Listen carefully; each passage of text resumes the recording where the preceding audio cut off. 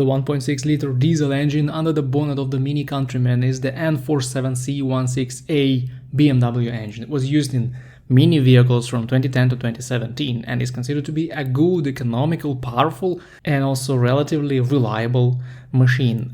There were two modifications that had 90 or 112 horsepower. The engine develops 270 Newton meters of torque, which is a lot, and this makes it feel quite powerful in city traffic. But on highways you may actually feel a lack of power at high RPMs.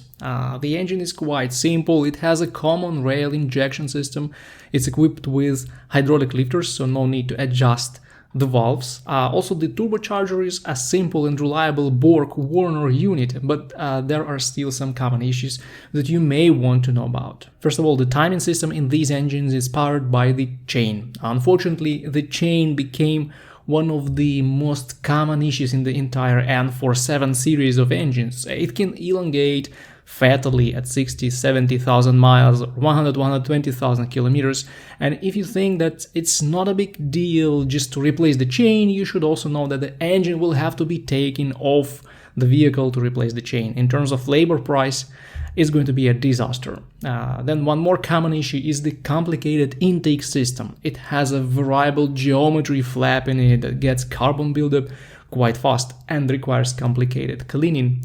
If it's not cleaned properly, the engine will lose power, throw a ton of different codes, and the fuel consumption will grow dramatically. These engines are afraid of any overheating. Overheated blocks may crack, and this leads to inevitable engine replacement. Also, the cooling system will often annoy you with minor coolant leaks at different spots. The fix is usually quite simple, like replacing a seal in the piping, but locating the culprit is sometimes quite difficult. Then this generation of BMW diesel engines got all the dreaded emission control systems, so you will naturally get a lot of issues with the EGR and DPF after the car reaches something like 120,000 miles or 200,000 kilometers. The EGR related codes and problems with regeneration become just part of the life of these vehicles with high mileage on them, but I should say that this is a common problem with all modern diesel engines, so it shouldn't be considered a specific fault of the N47 machine.